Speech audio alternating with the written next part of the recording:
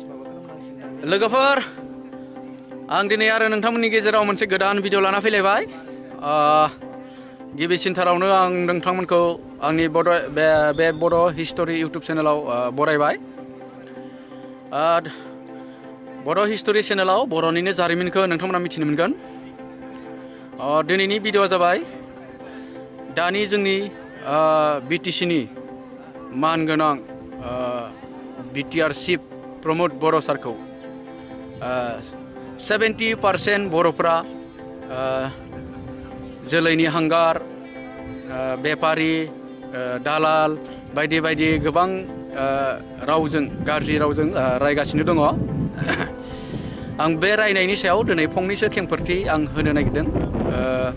दिनै प्रमद बर' सारा जोंनि बिटिसिनि चिफ जाबाय आरो बिथांनि बिटिसि चिफ जानायाव गोबां बर' हारिफोरा दुखु मोननाय दिन्थिदों, बेखौ गासैबो मिथिखायो नङा होमबा।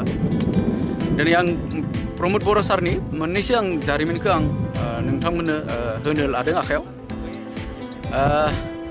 जेब्ला आबसुनिफ्राय रबिराम नार्जारि सारा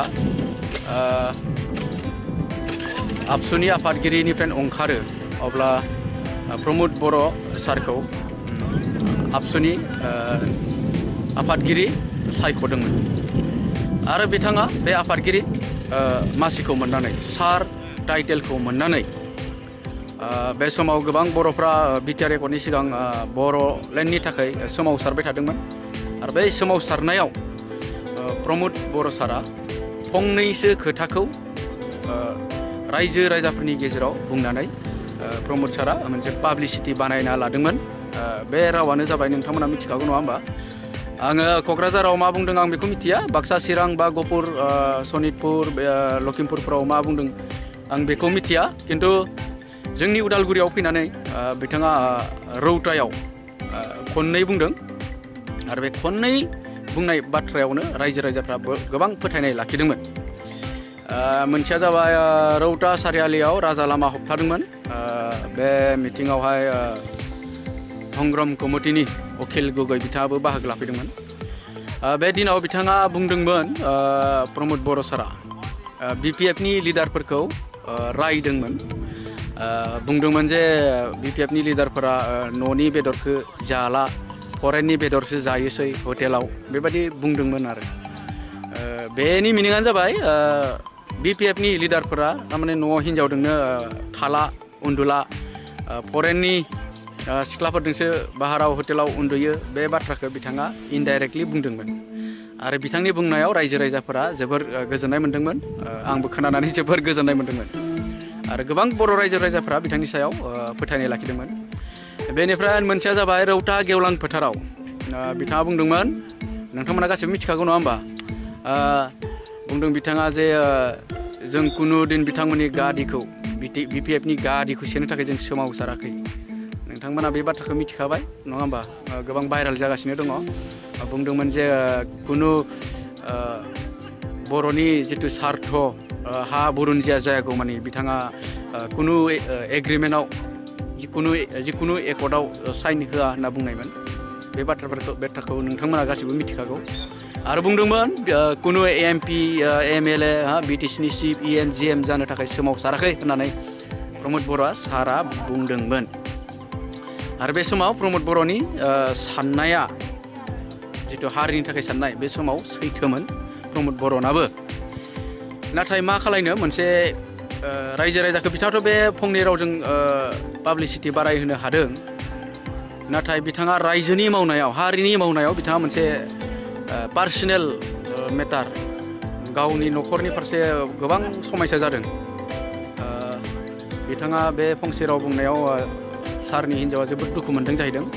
कुनु दिन इएम जिएम बिटिसिनि चिफ माबा माबि जाया होननायावहा हिन्जावा बोराबदोंमोननो प्रमद बर' सारखौ। आरो माखासे सम प्रमद बर' सारा मेडामनि माथोखौनो मोनाखै जाहैदों। गोबां सम बिथाङा प्रमद बर' सारा आबसु अफिसफोरावसो उन्दुथिंनो गोनां जादों, बे खोथाखौ आंबो खोनादों। बाथ्राया जाहैबाय जोंनि दानि बे कंग्रेसनि जिथु बुंथिगिरि गर्दन मोसाहारिया फंसे खोथा बुंदों। 1 नम्बराव फेमिलि मेटार सानग्रोनांगौ, गावनि फारसे सानग्रोनांगौ, बिनि उनावसो हायोब्ला रायजोनि बा समाजनि मावनांगौ। प्रमद बर' साराबो बे खोथाखौ बुजि मोनबाय जानांगौ। दिनै गोबाङा बुंबा मा जानो, नाथाय प्रमदहाबो दुखु दङ। दिनै हारिनि मावनायावनो हिन्जावा, प्रमद बर' सारनाबो हिन्जावा सारखौ नायनो बाबायमोन। दिनै नाय प्रमद बर' सारा बिटिसि चिफ जानाय लोगो लोगो बेसेबां अनफिंखो प्रमद बर'नि सारनि मेडामा। सारनि मिटिं दावथिंखौनो मेडामानो खालामना होयोसै दायो जों बिसायख'थिफोराव नुदों नङा होमबा।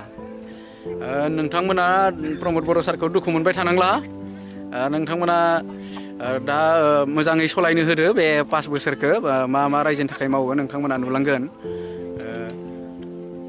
बिथांनि नंखाय बुंनायखौ नोंथांमोना नंखाय सानबाय थानांला। नंखायखौथ' गासिबो बुंनो गोनां जायो नङा होमबा। बे खैदिनमाननि सिगाङाव आरो बे उफ्रा बिसायख'थियाव इमानुवेलजोंबो बहुद कन्टेस्ट जादोंमोन आरो बेयावबो बिथाङा गोबां नंखाय बाथ्रा बुंनो गोनां जादों। आरो बे क'क्राझाराव जिथु NLFBनि गायसनगिरि एम बाथा बिथांमोनजोंबो जालायदोंमोन टेन्डारनि फारसे।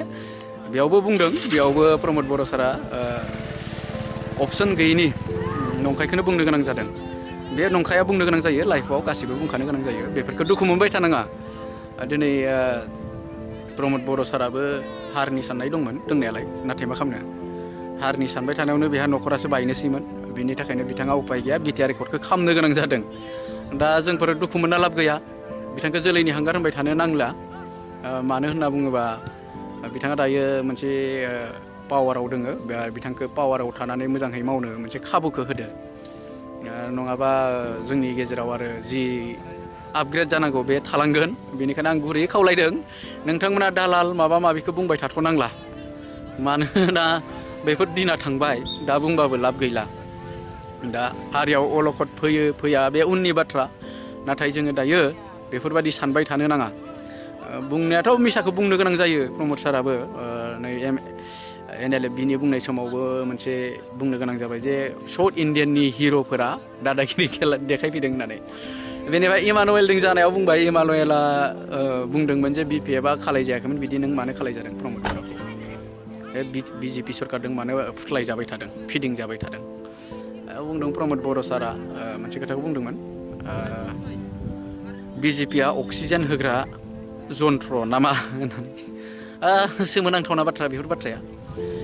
BUPPLआ BTCखौ सलायनायाव 21 मासिखौ देरहानांगौमोन, अब्लासो सलायनो हागौमोन नङा होमबा। दायो UPPLआ 12 मासि देरहानायजोंनो मोनसे BTCखौ सलायनो मोन्दों। अब्ला बियो गुबुननि अक्सिजेन लानानैथ' सलायनाय नङा होमबा। जेनेबा जोङो अक्सिजेनखौ लानानै बहा हाबो? जेरावहा अक्सिजेन गैया बे जायगायाव हाबो, दै सिङाव हाबो अक्सिजेन लानानै। हारसिंनो जुदि आधा घन्टानि, जेनेबा दै सिङाव आधा घन्टा हाबगोन, आधा घन्टा हाबनायाव हारसिंनो जुदि हां लानानै हाबनो हाखायोबा बेयाव अक्सिजेननि गोनांथि गैयामोन। आधा घन्टा हाबनो हाया, बेनिखायनो अक्सिजेन लानो हाबो नङा होमबा। दा बिथाङा सासे BJPनि अक्सिजेनखौ लाना दङ, नाथाय बिथाङा गोरोन्थिखौनो बुंबाय थायो। बे गोरोन्थि बुंब्लाबो जेनेबा दायो मासियाव दङथ', मोजाङै मावनो हो, गोरोन्थि जालाङो ना मोजाङै जालाङो। नाथाय बिथांखौ बिदि दालालि, बेफारि, जोलैनि हांगार बुंबाय थानांला, जोबोर लासिंसिं जायो। हारियासो अलखदाव गोग्लैसिननो हागौ बिदिबा दुखु मोननानै थायोबा, जेबो मावाबा। 5 बोसोरा ओरैनो थांगारगोन। बेनिखायनो बिथांखौ दुखु दाहोसै। बिथांनि न'खरा दायो गोजोनाव हायबाय। बिथाङा दायो हिन्जावजों बेरायनो मोनोसै, न'आव थाहैफिननो मोनोसै। आरो बै दिननिफ्रायनोथ' बारग'बाय। हारिनि थाखाय सानबाय थानायावनो बेहा जोबोद गिदिर खैफोदा फैदोंमोन। लोगोफोर, दिनै नोंथांमोना प्रमद बर' सारनि जारिमिनखौ आंनि बे भिडिअनि गेजेराव मिथिबाय जानांगौ। आं बेखिनिखौनो खावलायदों।